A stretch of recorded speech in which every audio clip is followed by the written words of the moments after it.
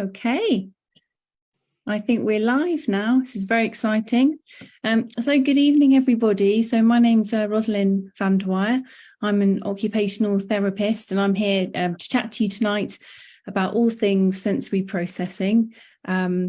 Yes, so that's me. So my colleagues are here. So I've got Lisa and Sophie, who are coordinating me and keeping me in check, which is much, much appreciated. So I think how we're going to work it is if I share my screen in a second and get my slides up for you. Lisa's just getting organised. Sophie is going to keep a monitor of your questions. I'm more than happy to take questions as we go through. So I shall share my screen. Sorry, Sophie, is there anything that you'd like to chip in with? Anything that I should have said already? No, I think it just carry on and see how we go. If anyone's got any questions, leave them in the chat and then... and do say hello in the chat, just so we know that there's somebody out there. That would be really, really lovely. Okay. Okay, Microsoft PowerPoint. I guess we've got the right one.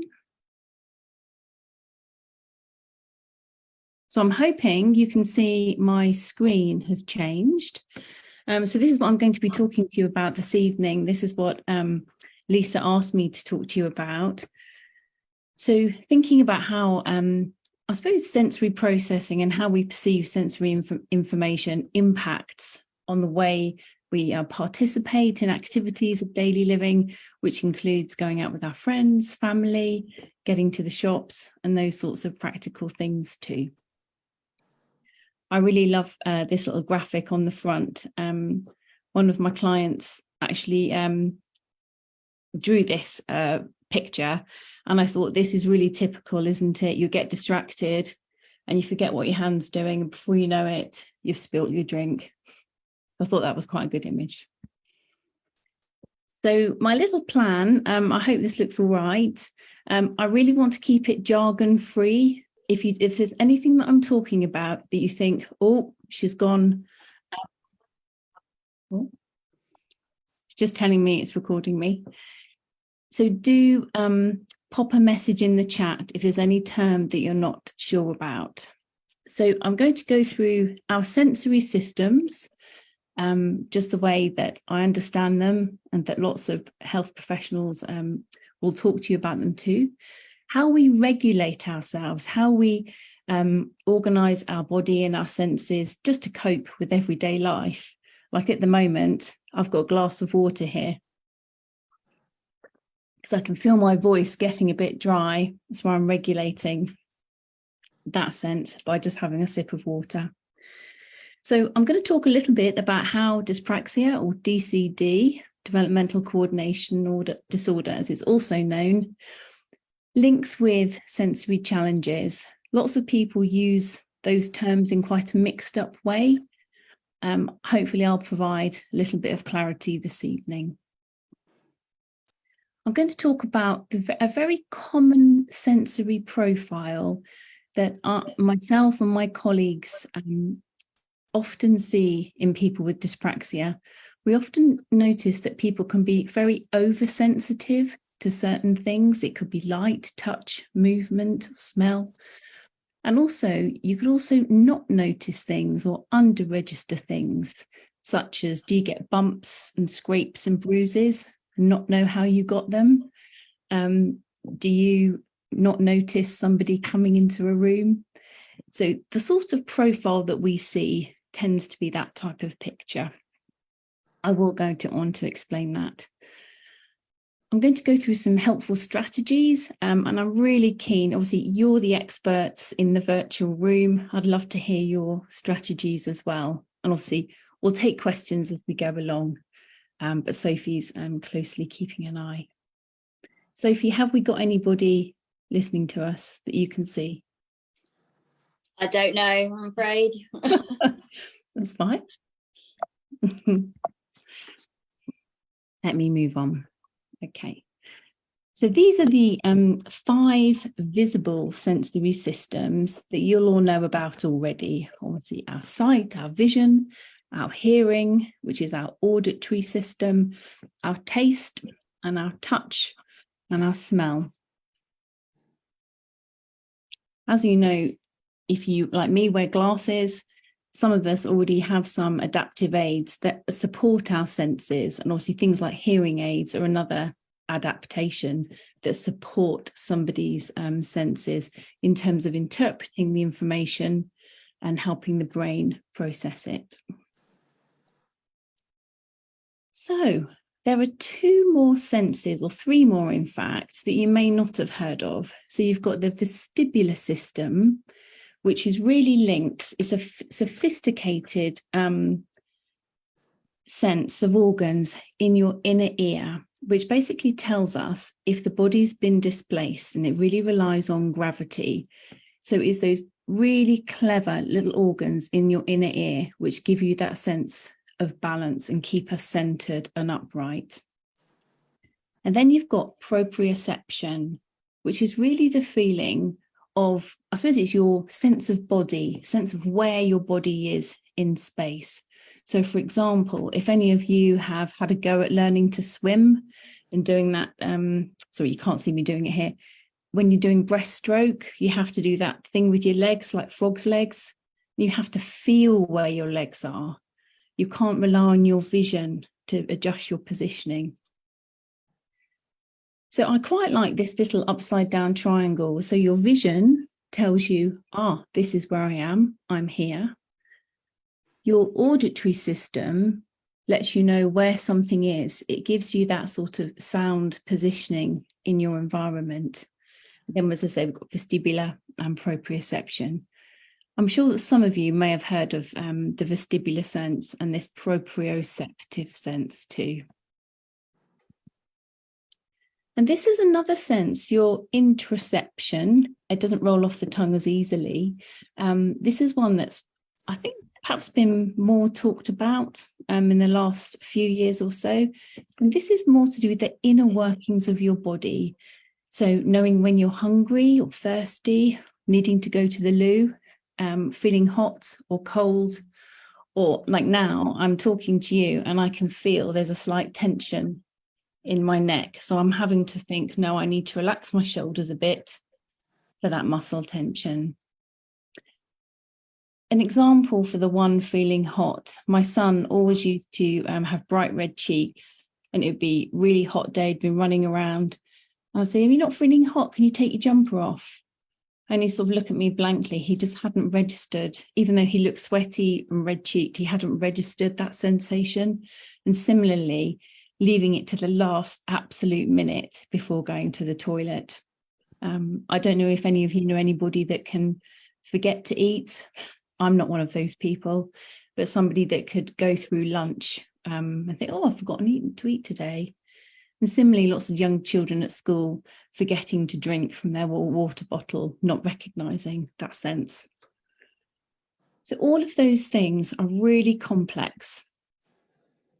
All of those, as all the 8 senses that we've talked about, feed in to help you knowing where you are in space and help you activate your body to participate in the things that are meaningful for you. So this is really how I easily understand what sensory processing means. So it occurs at an unconscious level. So it's thinking. So thinking and cognition are conscious processes. When you make a decision in your mind, that's conscious. But the sensory stuff happens, we're not even aware of it. And it's the foundation for our motor skills, our movement and coordination, emotional development, cognitive growth, that means our thinking skills, and how we organise our behaviour and respond to different types of events. I mean, that's a lot of stuff, isn't it, when you think about it? Just before we came on air or came live, Lisa did ask me about sensory SPD, which is a shortening for sensory processing disorder. I've got some lovely books to show you at the end. I think some of them might call it sensory processing disorder. However, at the moment, it's not, in the UK, it's not currently recognised as a disorder. So I think we have, in my professional reports, I'll put sensory processing challenges or difficulties. But I know lots of the researchers in this area are really looking at the evidence to actually get it recognised in its own right. So I hope that gives you a little bit of clarity. So I quite like this picture. We just found it online really, but our senses are like an orchestra. And I'm thinking like the Royal Philharmonic, something really good. So when everybody's playing to the same music, all different instruments, when they're in sync, it sounds beautiful. It works perfectly. You can see the conductor, which you could say is like the brain. He looks really happy. He's like, oh, this sounds beautiful. He's not overwhelmed. He's not frustrated, because all of those instruments, all of those metaphorical senses are working beautifully. However, sensory processing, I'm calling them glitches here. Obviously, that's not a technical term, but you get what I mean. So sensory processing glitches can happen in any area. So it could happen in any of the sensory systems that we talked about. So you could even call the fact that I need glasses, I've got a bit of a visual glitch going on there. But it's really to do with the actual how the brain processes the information. So for example, we can be oversensitive to the information, so have a very low sensory threshold, or you can be very sort of miss environmental cues in your environment and just not notice. I shall come on to that. Have you had any questions coming through, Sophie? Just checking. Not yet, but I've been told we've got quite a few viewers, so hello to everybody watching. Lovely, thank you. So it's nice to spend my evening with you. I'm just not just me and Sophie, even though it's nice to see you, Sophie. Okay. So we looked at the beautifully organised orchestra, thinking about our senses working in a superb way. But if our brains are inefficient at organising sensory input, remember, it's at that unconscious level, so you can't control it. We can become very muddled and frustrated.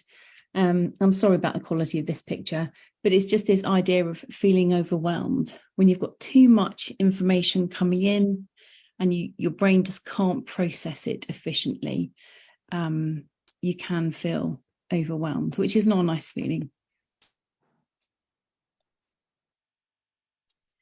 Now, this is a term that often professionals will use. It's called sensory modulation. Another way of explaining that is really regulation. How do you regulate yourself to respond appropriately? So, for example, you've got these, again, I'm sorry about the quality of the pictures. On the left, you've got this little stick person here on a desk with all this work. But this person has thought, no, I've got enough time. I've got the right environment. I've got an idea about what to do. I can plan it and execute it and feel like I'm managing. This person over here thinks, oh my goodness, has looked at that. It's that complete overwhelm and thinks, I just can't, I'm just too overwhelmed and overloaded. I can't process how to get out of this.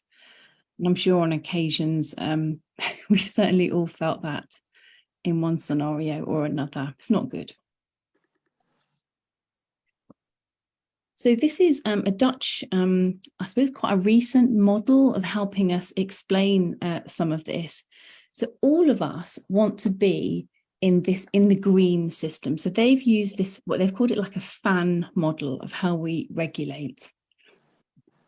So when we're stressed, thinking about the little stick man who had it on the table, the stick man was really here, was really suffering from stress, was over responsive and couldn't filter out. And actually probably had got to shut down, put the head on the table, just couldn't deal with it at all. Where we want to be is in this area, like the little stick man on the left, who looked like he or she, they could cope. Over here, you have people who are under responsive, who might not have that, I suppose, impetus or drive to even register the sensory stimulus to get going, to get into that, if you like, productive phase. So we have a question. Go for it. Right. Any advice on oversensitivity to fireworks and bangs? Really disabling near bonfire night? It's a good question. Oh, absolutely. And so I'll happily answer that now. So absolutely. So bonfire night, children's parties with balloons, grown-ups parties with balloons that pop, anything like that. I tend to say, I suppose it depends if you're going to go or not to it. I mean, often you'll see people with ear defenders on, you know, these really almost quite industrial headphones on. They're not noise cancelling. They are a bit more, I suppose, basic. They literally block out the sound, and you often see little ones wearing ear defenders. The other thing is earplugs, you know, the little foam earplugs that you can easily buy, but some people can't tolerate how they feel in the ear. I suppose another strategy is avoidance, thinking actually I don't even want to see the fireworks, thinking actually where could you go where you think actually it's likely they're not going to, what sort of room could you be in? Could you shut the windows? Could you put something on the TV? Thinking about those strategies to either sort of block the noise out, is thinking about your environment. But if any of you out there have got any other top tips, do pop them through in the chat for Sophie to see. Thank you. Okay. So again, another little graphic just to help illustrate this sort of fan concept. If we're under responsive, like this little lad here, he's in the blue area, under responsive, he just can't get going. He's just not hearing the instructions from the teacher. He's just missing the instructions. He's a bit oblivious, a bit of a daydreamer, and he's just missed the moment. So that opportunity to learn has passed him by, not because he's not bright or has a cognition to engage. He's just not taken in that information. So the person in the middle, right on, he or she is just carrying on fast, quite happily and smiling, whereas the one on the right is in this stress, overwhelm and thinking, and that's when you actually can't process and you can't learn or take on new information if you feel stressed or in overwhelm. And I know I've definitely felt that. So it's really important to think, how can I regulate myself, or this term modulate? I've got another question on that last slide. Is it common for children with dyspraxia to be both under responsive and then over? Yes, it is. And often it's really hard to explain that to families, because somebody will say, well, how can I be really oversensitive but come out high in that area? And it could be things like sensitive to light, like sensitive to fireworks or loud noises. It could be sensitive to, I don't know, a smelly fish stall or the perfume counter in a department store. That's all sort of oversensitive. But the same person could also be, I suppose, under responsive or miss things. So, for example, I think I said earlier, didn't I, concentrating where you're going. So you'll bash into a door frame and you'll end up with bruises on your arm or scrapes or that sort of thing. Or you might miss when somebody calls your name. You might feel like you're the last one to sort of get a joke, or you're a bit slower to follow tasks. So it is really common. That's because we're so complex, and think of how many senses there are, and it'll be different for each person as to what you might be oversensitive to or undersensitive to. In relation to touch as well, I suppose it's cutting out all the labels in the clothing, or thinking about what type of fabric your clothes are. I'll come on to that. I'll save that up. So I've put here, how do you regulate how you are feeling? and I've put there a nice cup of coffee, a fancy cup of coffee that's even got heart in it, because in the morning, I know when I get up in the morning, I know I feel good if I've washed my face, put some moisturizer on, had a coffee. Life is good. But on a day, if for whatever reason, it's part of my routine, or have a shower, if part of my routine is rushed or I don't get my coffee, then everything else, the day just does not start as well. I'm not as regulated. I mean, some of you might have a shower or a warm bath in the evening, or you might go for a walk, or all of you will have different ways of regulating. But for me, that morning routine is often really helpful for how I regulate myself for the rest of my day. So I think as I was growing up, that was definitely something to learn, leaving enough time to do the things I knew I needed to do to feel good to get out the door. So are there any things coming in the chat? Yes. Any advice on helping a child to regulate during playtime? Is oversensitive, emotional, and controlling? Okie doke. Often it depends on the schools, actually. Some schools will do some sort of structure, or will offer some sort of structured play at playtime. I mean, because playtime can be a really daunting place, because you've got so many variables. You've got screaming children, the environment's different, all of that sort of structure of the classroom has been taken away. So I would say check with the teachers to see if there's any sort of structured play opportunity. Often a playground supervisor will be organising some sort of game, or buddy up with somebody. If there's a particular friend, talking through what could you do at playtime. Thinking, I mean, running, I don't know if they're allowed, are they still allowed to play ball, play football, or play with anything? I think the last I heard, I think they were taking monkey bars down from some of the schools in Cambridge because they felt they were too dangerous, which made me feel sad, because any of that climbing or weight bearing stuff is so good for helping to feel regulated. Anything weight bearing is good. So structured activity, if they've got a playground buddy, and to think through some activities or games they could do before, and maybe limit playtime, not limit, I don't mean that, but think about where the young person could go, the type of play that they could do within the time, maybe. Thank you. Got another question. Is struggling with noisy environments, hand dryers, the wind and loud talking, etc., is that a symptom? I suppose a symptom, I suppose. I mean, you see lots of really little young children, don't you? When you go into those toilet areas where you've got the Dyson, the really noisy dryers.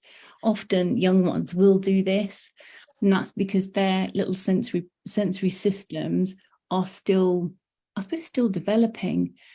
But even when I'm older, I think it still can make you jump anyway, can't it? But it depends on your tolerance. So if you have a much lower threshold, if you might be more sensitive to that, then I think it's sort of thinking, as long as it doesn't stop you going into the toilets, as long as it doesn't stop you washing your hands, because that's obviously a health thing, isn't it? Then that's okay. It's just thinking how you can manage that. Use the hand towels. But it is, you're right, it is, I suppose you could consider that as a symptom of just a sensory processing sensitivity, I would call it. And someone has asked, as they're an adult with dyspraxia and currently working on self-regulation, is this talk beneficial to them, or is it mainly focused on children? No, not at all. No, I've tried really just to keep it broad. I think because I was asked about sort of socializing, some of the strategies are perhaps for a little bit older, but the books that I've recommended are definitely for both. So absolutely. Thank you. Is that okay, Sophie? Any more? I mean, do you want to carry on a bit, or do you want the rest of the questions? Also, do a couple more questions. We can have a pause. I know some people very kindly left questions for us before we even started. So this one says, my 9-year-old son with dyspraxia and SPD is very tactile and struggles with respecting personal space.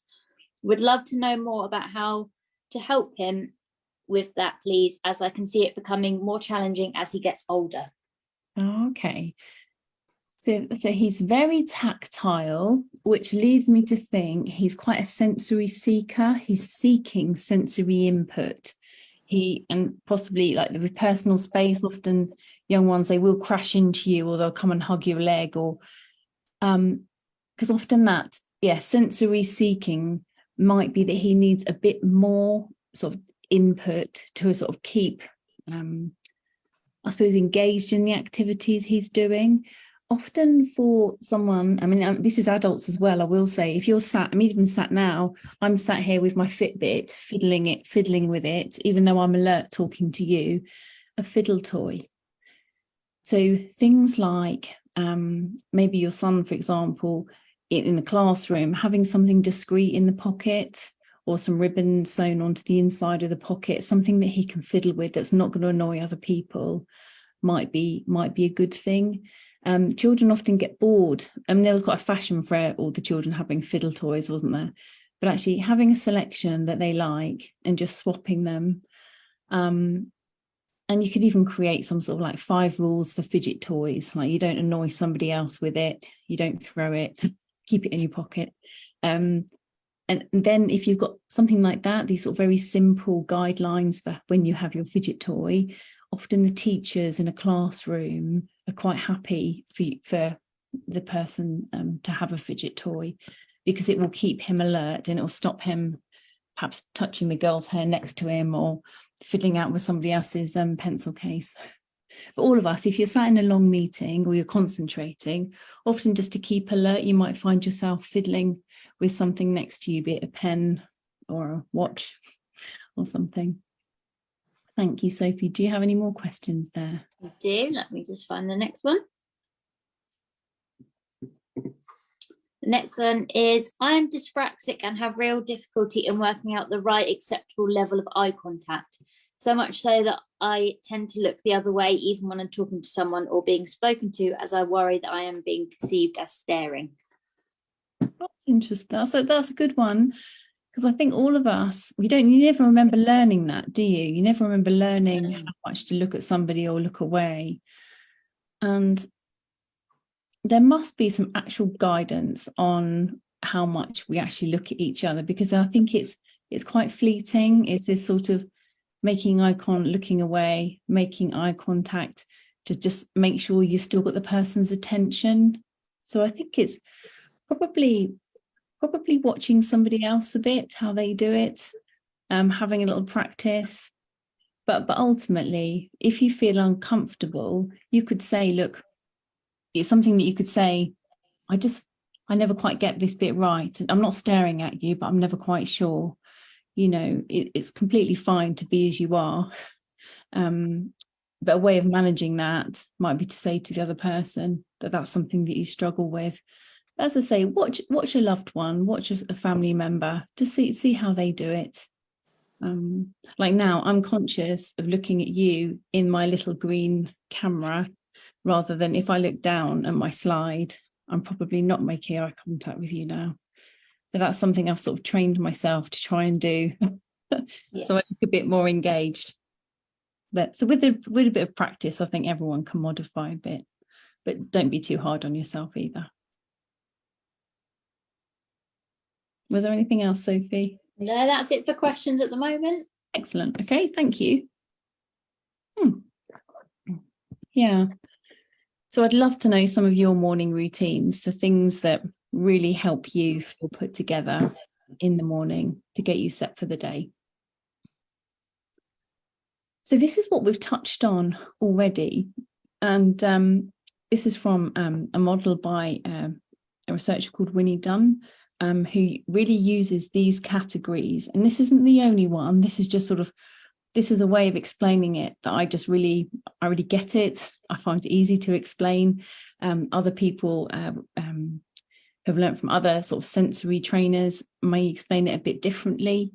But broadly, you've got these four. So as I say, you've got the bystander, or somebody that might not notice what's happening. So remember the little lad that was just head down on his desk missing the instructions. Oversensitive, sensation seeker. So you need more movement to keep alert, to get to that regular, just right level. And then sensory avoider, actively chooses to avoid. So to be honest, the first two, sort of being a bit of a bystander or being oversensitive, is quite passive. You're there and it's information is just either coming over you or it's coming in at such a rate you can't control it. Whereas the sensation seeker is very active. You're seeking the sensation or you're actively avoiding it. I'm not going to go to the fireworks, or you manage it in some way. Oh, sorry if that made you feel a bit sick. I'd meant to take that out. So here's some little pictures. And again, I'm sorry if this slide is a little bit busy. So it's just a different way of saying what I've already said. So you're not registering information so readily. You need a bit more of a stimulus. You need to be quite lively and excited and really working hard to engage these people. So they have high sensory thresholds. And then here you've got your person that's oversensitive. So again, fingers in the ears, might be the fireworks again, is super aware. So busy places, movement around you can just be all too much. And these are these sort of active ones. You've got sensory seeking. So you've got your people that are attracted to extreme sports. So you're thinking your skiers, your is it parkour where they jump off buildings? Yes. These are your sensory seeking people. They often have no fear, which is terrifying as parents, but they need more. They need more sensory stimulus to keep alert. And as I say, that level of fear often isn't there. As I say, I think their thresholds are different. And then you've got this person here who avoids, who will say, actually, I'm not going to the party. I'm not going to the work Christmas do. I'm not going out with that group because there's that person that's so noisy. I'm not working in an open plan office because I can't bear listening to so-and-so on the phone. So but the thing is, all of us to some extent will avoid situations we don't like. That's quite normal. All of these things are not a problem unless they stop you from participating in activities that you really love or want to do or need to do, like go to school or go to work. They're often things that we need to do. So have to think of some way of managing some of these things. We've got another question, if I can just fit one in. Well, there's two actually. I'm keen on learning more tips on helping adults. I was diagnosed at age 48, have help for dyslexia at work, but not dyspraxia, and no personal assistance. Oh, okay. So that's quite a big question. And I suppose obviously the dyspraxia tends to be more sort of the motor skills. So it would depend in some ways about what type of work you're doing, what environment your work's in. So is it open plan office? Is it a factory? Do you have to drive? Thinking about all of the sensory experiences that are in that environment, like for example, the lighting, the amount of other people, the temperature, it can be a big thing. But if you're concerned, I would also speak to your employer. I really would, and look at perhaps seeking some sort of work-based assessment via Access to Work. Sophie, is there anything else that you'd suggest? Because I am just dyspraxic, not dyslexic, and I have got a lot of help, such as through Access to Work, such as they've put a tint on my screen at work, so it's a lot darker because I'm quite sensitive to the light. Oh, okay. So stuff like that has been really helpful. But yeah, I'd say Access to Work are really good. Yeah, thank you for sharing that, Sophie. That's a lovely example, this light sensitivity. But I think under the Health and Safety at Work Act, employers are obliged to look at your, what do they call it? Like your display screen, your setup. And some employers, I think, will pay for eye tests and things, depending how much you have to be on the computer. I hope I have told you the correct information. Sophie's nodding, so that's good.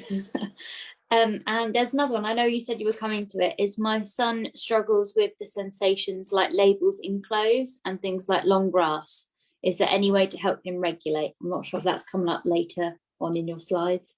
Well, what's interesting about the long grass, I suppose labels, I mean, unless you're really attached to the clothing labels, or if you're somebody that like sells the clothes afterwards.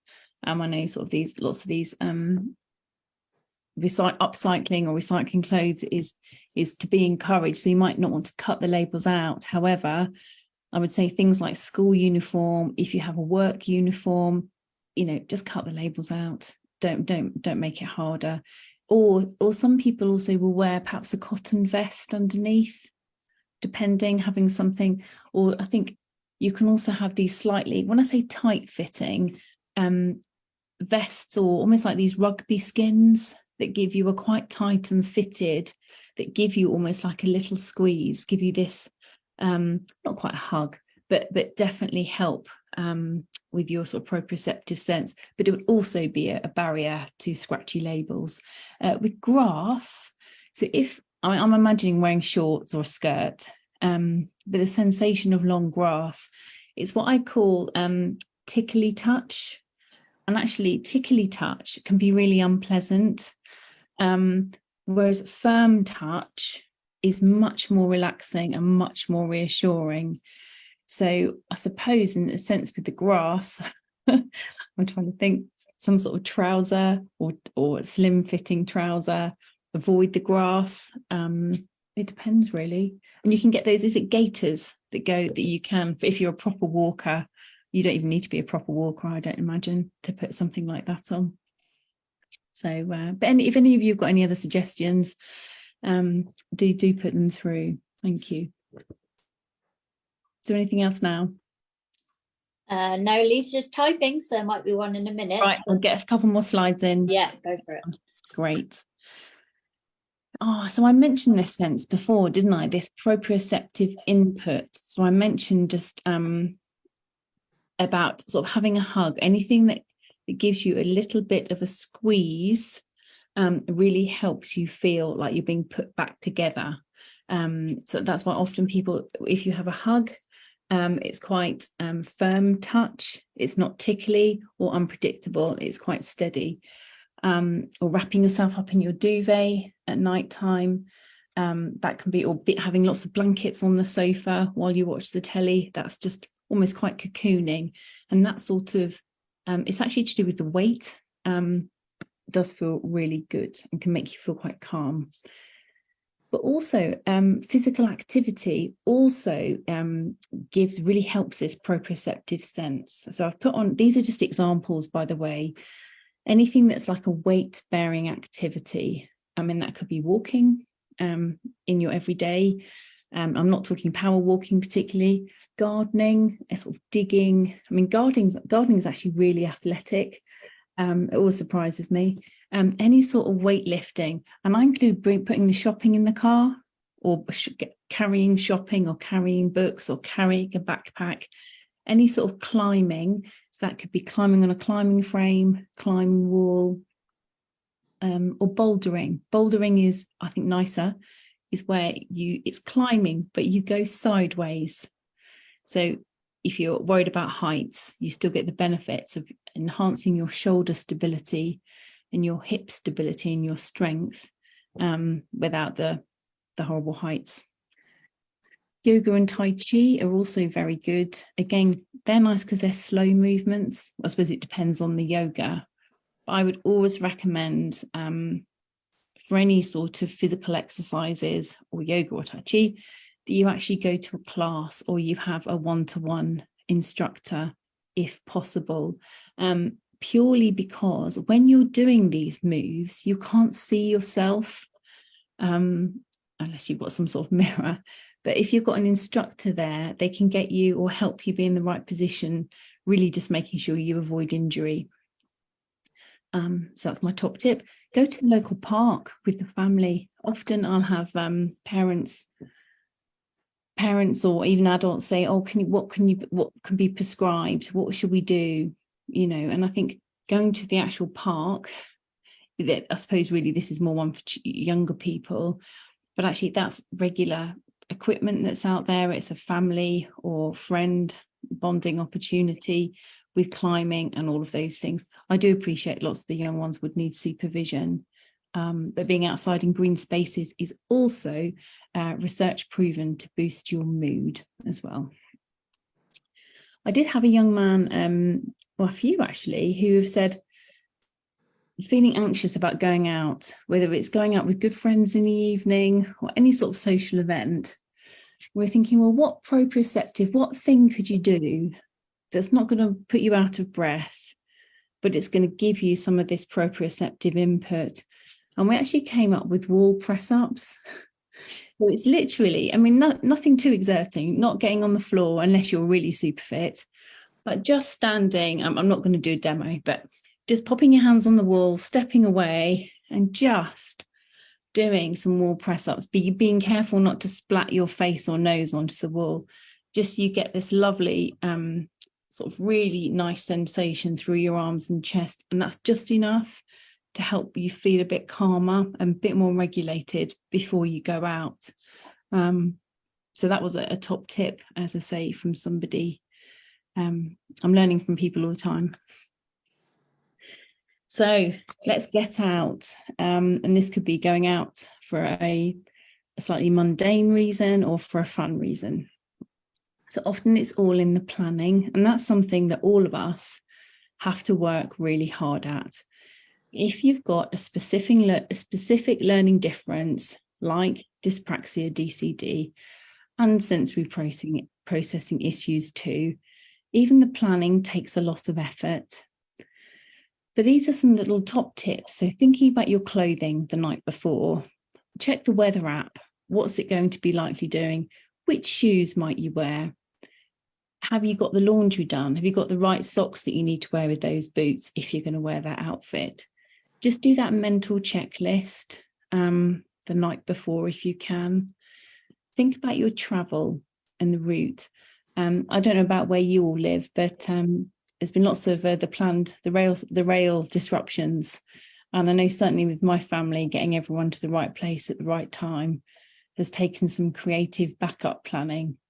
So, and none of us would have got to the right place at the right time unless we'd thought through the route and thought through some alternatives.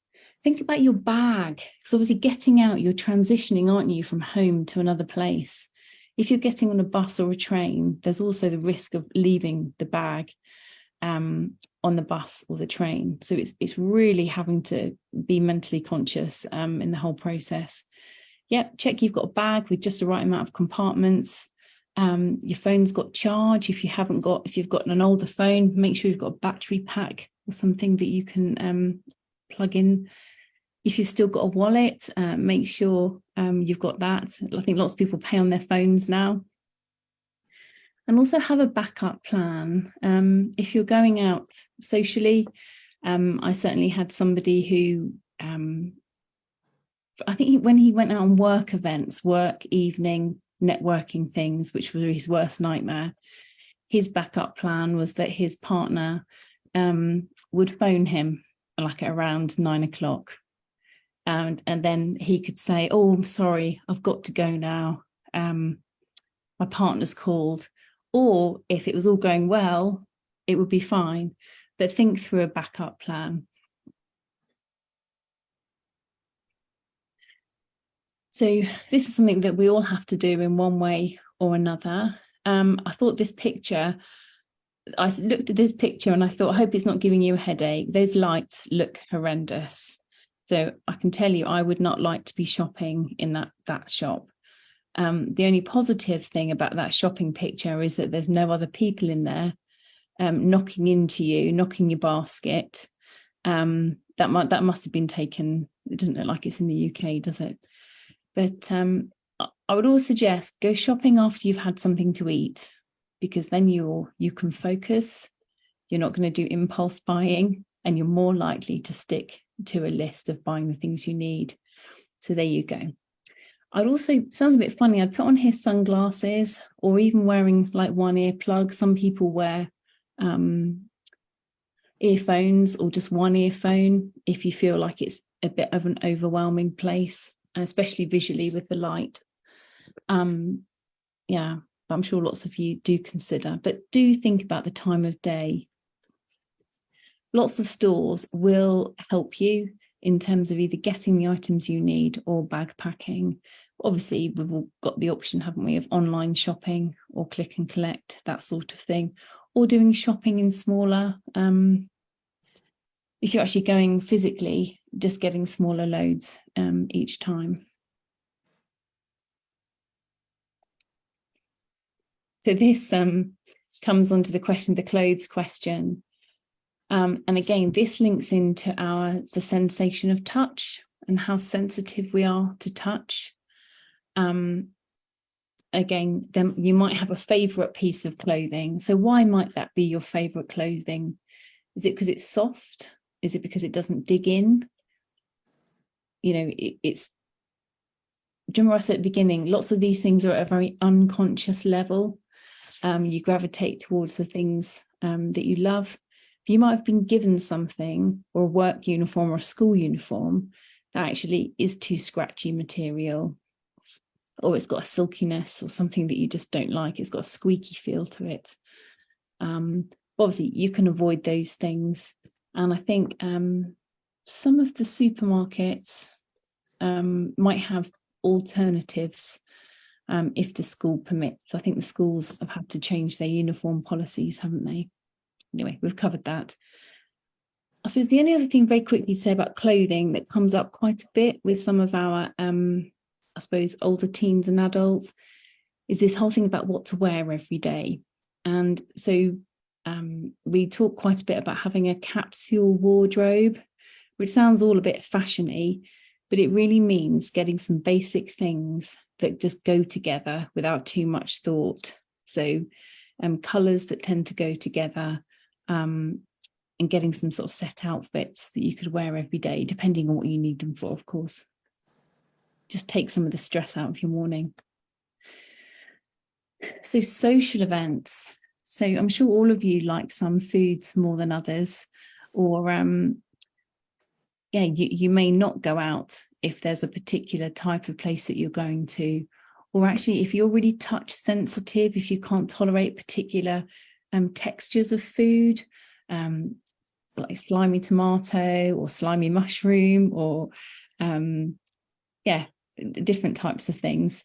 I would always say, if you've been invited out, really check out the menu, see where people are going after work or college, and always look and see if there's at least 2 things that you would like. I say that because restaurants are notorious for changing their menus, and that one thing that you've chosen may well not be on there. So choose 2 things you liked. Have a think, be conscious about where you sit. If you don't like people going behind you, brushing your chair, make sure you always sit with your back to the wall or sit on the sort of bench behind. Really think about that environment and make a conscious note about what you like, how you like your setup to be. And then you can then apply that to places that you go. There you go. I've popped a few more things there. But again, you can have an avoidance plan. So if you are worried about going out, because you might be oversensitive and are worried about feeling overwhelmed, think about how you could perhaps go for a little bit and then leave. But by thinking some of these things through, hopefully it should be a bit more manageable, and you'll have more control. So it's taking out some of that unpredictability. And so these are some books that, to be honest, sorry, Sophie, did you say something? No, I've got some more questions, but I think no, go for it. Finish and yeah, okay. So these books are ones that, to be honest, I tend to refer to them because they're nicely written. They're easy to understand. It's not too jargony. And they've got some practical, sensible strategies. They're quite old books. So, as I say, this is just my sort of personal recommendation, because I really like the writing styles and strategies. However, there's lots of material being produced all the time. So the one in the middle, really, Angie Voss is fantastic. She's an American occupational therapist. And she explains sensory processing and the issues really nicely. And she's got lots of strategies really for young people and for families. And Sharon Heller, really, she writes, she's an American, she writes quite a fun way. So what to do if you're sensory defensive in an overstimulating world. So it's quite dramatic, but there's been lots of good top tips there too. And the sensory intelligence book, again, that's nice because it's got some almost like checklists that you can work through to sort of help you understand your own, I suppose, sensory preferences, and then some strategies to support you going forwards. So they're just some nice resources that I thought I'd suggest. But there are lots of books out there, so this is certainly not exclusive at all. So in the picture of the speedy car, we have sped through a very brief overview of sensory processing and sensory processing challenges. So we've talked a little bit about the 8 senses. So you've probably all learnt that it's not just the 5 senses, how they work together and how we regulate ourselves every day. And I suppose just to reflect on this talk, make a note of the things that make you feel good in terms of the types of environments you like to be in, the types of routines and rituals that make you feel good. These all link to sensory processing and obviously enhance our mental health as well as our physical performance and activity. We've talked a little bit about specifically about the 4 sort of sensory presentations, as Winnie Dunn talks about them. So the under registerer, the bystander, somebody that's oversensitive, and the sensory seeker and the avoider. So all of those, and it's not, you're not just in one box. Often you're also unique. Our profiles will all be slightly different. And we've had a whistle-stop tour just through some strategies. But you are the experts in the virtual room, and I know there'll be lots of knowledge and sharing of ideas will be much, much appreciated. So I'll stop talking now and I'll go back to Sophie for some more questions. So thank you. Yes, we've got quite a few. I'm just going to sneak my own question in first. I know you said about weights. Is that why weighted blankets are so popular? Yes, they've become much more mainstream now. I think they even sell them in sort of the big department stores. It's not seen particularly as sort of special equipment as such. Absolutely. It was, I'll say, funny. I did an assessment, it was a few years ago now, but with a lady, and she had the most enormous, it was quite a fancy handbag, but one of these really big, stylish handbags. And I was getting her to do some shape copying to look at her hand-eye coordination. This lady, she put this enormous handbag on her lap. And so she positioned her chair and had this huge bag. And I said, I can pop a chair next to you if you like, and you can pop your bag on there. And she said, oh, no, I feel much better if I've got my bag on my knee. And she said, I've got everything in it. She said, but I just like it. If I go out, I'm somewhere different. And that was almost her own subconscious strategy for having that proprioceptive input by having that weight, that comforting weight. And similarly, you'll see kids at school who will wear their backpack all the time, and they will take all their books for the whole week in this backpack, because the weight, there's something quite calming and securing about having this weight, evenly distributed weight across the shoulders. Yeah, but the weighted blanket is good. That'll be on my Christmas list then. Okay, next one. Is it common for dyspraxic kids to be afraid of closed spaces such as elevators? Oh, a good question, really.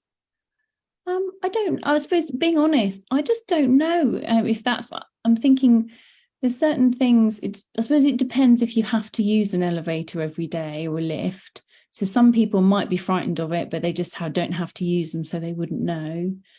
And it's interesting about what it is about the lift. It could be the clattery sound of the doors, or depending on if you're going up or down. Do you remember the sense that we talked about that really responds to gravity? And that's your vestibular system, that really helps you feel centered and your sense of where you are. So actually, the person that's sensitive to being in a lift could have quite a sensitive vestibular system, which is exactly the same if you get car sick. If you're sitting, I mean, I'm not great sat in the back of a car, I'm fine in the front, but if I'm on wiggly roads sat in the back, I very quickly feel sick. That's because this inner ear is just not coping. Some people tolerate it really well, and similarly you might, if you bend down to do your shoes and then or stand up too quickly, and this sort of lightheadedness, again, you might have quite a sensitive vestibular system. It's not a problem, but I suppose it's just being mindful of it. Yeah. A couple of food ones now. One says my son, the other one says my 7-year-old is completely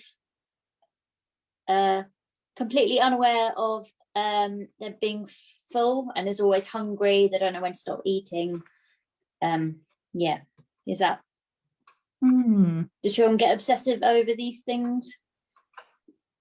That's a good question. I suppose I have to be really honest. I suppose obviously, I'm not a dietitian or a nutritionist as such, and that might be something, because it might be to do with something of the type of food, maybe about how quick it's digested, or or being mindful at the time of eating.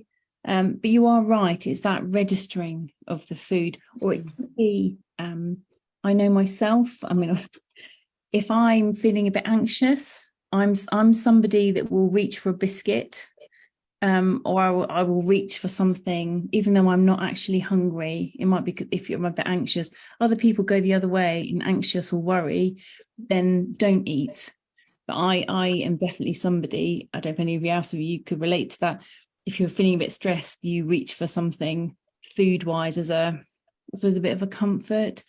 So maybe some of that sort of proprioceptive input, really you can't go wrong with any sort of, as I say, I don't want to keep saying physical activity, but anything that's a bit weight bearing. Or that's why children quite like the trampolines or trampettes that doesn't even need to be big, the trampettes that have got a net round it, because the bouncing, all of the little joints in the ankles, knees, hips are getting that little swidge together, so giving that, so maybe a bit more proprioceptive input might help. It depends. Obviously, that's just a little suggestion. Yeah, thank you. And then the last food one is my son eats fast and messy. We have tried things to help, but haven't found anything that works. Any advice, please? Fast and messy. I suppose it's thinking about why it's a problem. If it gives him tummy ache, if he's just, is he eating fast so he can go off and do something else? And is he then messy because he's fast? So it sounds like a parent goal, like for us as parents, or as a parent, you don't want the child to be woofing down their food and just getting covered in mess. So it's more of a problem for us, I think, than the child. Often they're off to the next thing. They can't wait to be going out on the trampoline or doing the next thing.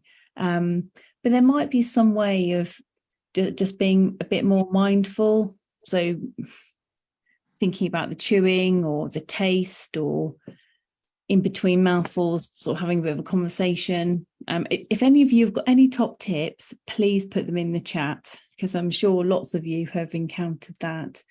So I suppose actively trying to slow down, and maybe limit distractions. So limit any sort of telly or iPads, or just so you've got it as a food time, maybe trying to slow down. But you're obviously making lovely food, but eating fast. Okay, this one is not related to food. My daughter often appears socially awkward. Is this linked to sensory processing or are social difficulties another separate part of dyspraxia? I suppose it's hard to say, isn't it? It obviously, without putting different bits into boxes, is probably a combination. But it's really thinking through what would make her feel less, I suppose, awkward or anxious. And I suppose we talked a little bit about the type of clothing, about having some sort of, perhaps something a bit more fitted, something was a bit tighter that gives you this proprioceptive input, talking through where you're going, thinking about the environment and the sorts of places that she's going to, and see if it's better or worse. I mean, that's something you could ask, actually, is it a bit noisy, or and another times when she looks quite relaxed and it's gone well, you can ask it, what did you like about that? What went well? And it could be, oh, I only had one person, there wasn't a group. Lots of people really struggle with groups. And I think that takes lots of practice. Even for sociable people, it's exhausting. Okay, I think that is the end of our questions. I noticed we have gone over a little bit. Gosh, I'm sorry. I'm usually, she says, good with timekeeping. We've just had so many good questions, that's why. We have, and honestly, it's been an absolute pleasure. Even though I can't see all of your faces, it's nice to have Sophie here, and just to know that you're out there. So I'll stop sharing. And I think, oh, there we go, Sophie. Yeah, so just to say thank you very much for attending this evening, and please keep up the good work of supporting Dyspraxia Foundation. Check out their super website. They've got some fantastic resources on there. There's lots of nice strategy sheets, top tip sheets that are constantly updated. So thank you for your support and have a lovely evening. Yeah, and thank you very much for giving up your time. I know I've learned a lot, so I know everyone else will have as well. Thank you. And I'm happy for my slides to be shared in some way. There's my email address on them as well, which I've completely failed to share, but I'm more than happy to receive emails and things. Right, thank you.